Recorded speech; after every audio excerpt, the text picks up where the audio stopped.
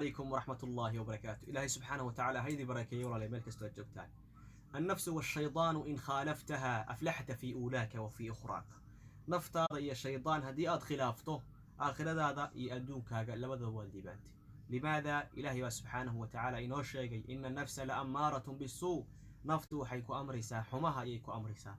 نبينا وإنه شيء عليه الصلاة والسلام حفت الجنة بالمكاره وحفت النار بالشهوات.